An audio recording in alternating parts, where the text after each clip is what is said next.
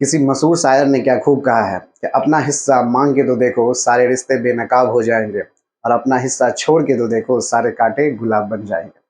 आज हम बात करने जा रहे हैं इंडिया और भारत की जो डिबेट चलते आ रही है पूरे हिंदुस्तान में। क्या सच में इंडिया का नाम भारत होने वाला है? और अगर होने वाला है तो पुराने इंस्टीट्यूशन का क्या, जिसका नाम ऑलरेडी इंडिया से जुड़ा हुआ है?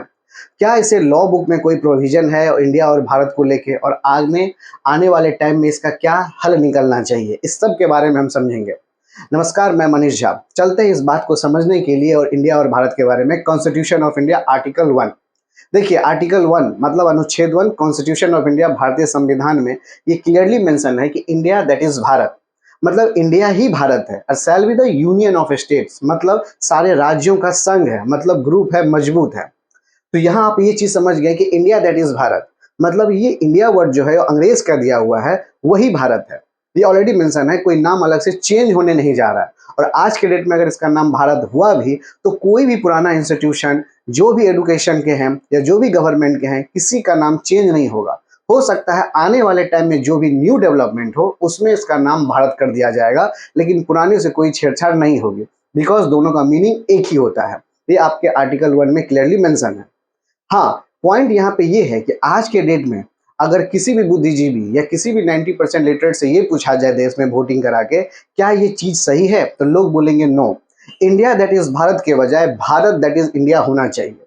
रीजन ये है कि इंडिया वर्ड जो है ये अंग्रेज का दिया हुआ है और इसका मतलब थोड़ा गलत होता है। जैसे कि होता है पुअर, इसका मतलब होता है थोड़ा इलिटरेट पीपल, अंडर डेवलप। लेकिन भारत वर्ड जो है ये हमारे संस्कृति को दर्शाता है। ये बताता है कि हम सेकुलर हैं, कोई डिस्क्रिमिनेशन नहीं करते हैं, हम डेवलपिंग कंट्री हैं। इसीलिए भारत दैट इज इंडिया अच्छा लगता है। इंडिया दैट इज भारत ये अंग्रेज का दिया हुआ है, लेकिन ये क्लियरली मेंशन है आर्टिकल 1 में, कोई नया नाम चेंज नहीं होने जा रहा है। यूनियन ऑफ स्टेट्स का मतलब होता है राज्यों का संघ। देखिए, फेडरल का मतलब भी संघ होता है और यूनियन का मतलब भी संघ होता है। जैसे अमेरिका एक फेडरल कंट्री है, वहां बहुत सारे कंट्री मिलके जुड़े रहते हैं।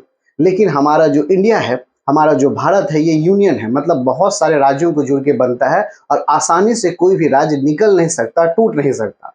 लाइव एग्जाम्पल आपके सामने है जम्मू एंड कश्मीर। कितना भी एड़ी चोटी का जोड़ लगा लिया लेकिन नहीं टूटा, और आफ्टर ऑल रिजल्ट ये हुआ कि वो आज हमारा यूटी है। तो यूनियन ऑफ स्टेट्स का एग्जाम्पल और एक तरह से समझिए आप, जैसे माटी का घर हो गया फेडरल, लेकिन आपका छत का घर हो गया, आपका जैसे ईटा बालू से बनाया हुआ घर, ये हो जाता है यूनियन ऑफ। तो यूनियन ऑफ स्टेट्स हमारा क्या, India that is Bharat shall be the union of state.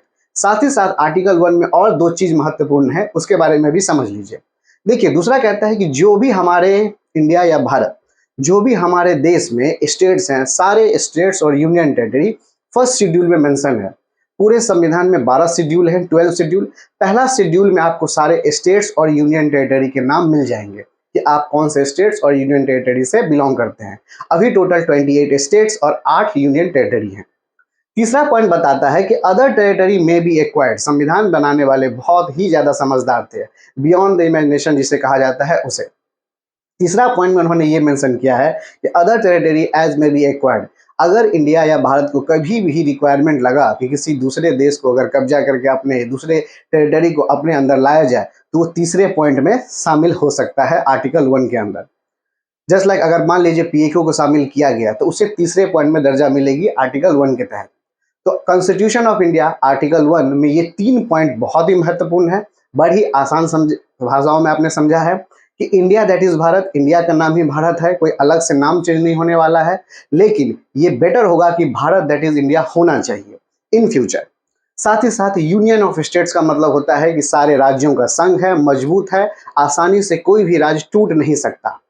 दूसरा पॉइंट हमने ये समझा कि स्टेट्स और यूनियन टेरिटरी, जो 28 स्टेट्स और 8 यूनियन टेरिटरी है, वो first schedule of the Indian constitution में मेंशन है। टोटल 12 शेड्यूल है। तीसरा पॉइंट हमने ये समझा कि अदर टेरिटरी कभी भी कोई एक्वायर्ड करता है इंडिया, तो उसे तीसरे पॉइंट में उसे दर्जा मिलेगा। तो आई होप आर्टिकल 1 बड़ी आसान शब्द में आपको समझ आया होगा। मिलते हैं नेक्स्ट वीडियो में आर्टिकल 2 के साथ। टिल देन समझते रहिए और कमेंट करके जरूर बताइए कि कैसा लगा। जय हिंद, थैंक्स फॉर वॉचिंग।